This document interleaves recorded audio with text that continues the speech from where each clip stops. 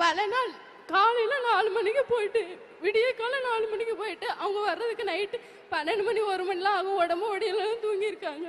ரொம்ப வாட்டி மறந்துக்காம இப்போ தூங்கவே மாட்டாங்க. அந்த கஷ்டத்துலலாம் நாங்கள் பார்த்துட்டு இதுக்கப்புறம் நாங்கள் சும்மா இருக்கக்கூடாது, நல்லபடியாக படித்து நல்லபடியாக பெரிய நிலைமைக்கு வந்து எங்கள் அப்பா எங்கள் அம்மா நல்லபடியாக பார்த்துக்கணும்னு நினச்சி நாங்கள் 3 பேரும் நல்லபடியாக படித்தோம். என் தங்கச்சி படிச்சுட்டு இருக்கா.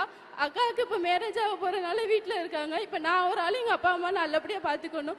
அதுக்கப்புறம் தான் வெற்றி நிச்சயம் மூலம் நான் படிச்சுட்டு இருக்கும்போது வேலை நிறைய வாட்டி தேடிட்டு இருக்கும்போது வெற்றி நிச்சயம் மூலமாக எனக்கு எம்ப்ராய்டரி ஜுவல் கம்பெனிலேருந்து எனக்கு ஒரு அப்ளிகேஷன் போட்டு அங்கேருந்து எனக்கு கால் பண்ணி ஹாஸ்டல் ஃப்ரீ, உங்களுக்கு இன்டர்வியூ நடக்கும்போது எனக்கு எல்லாமே சொல்லிட்டாங்க.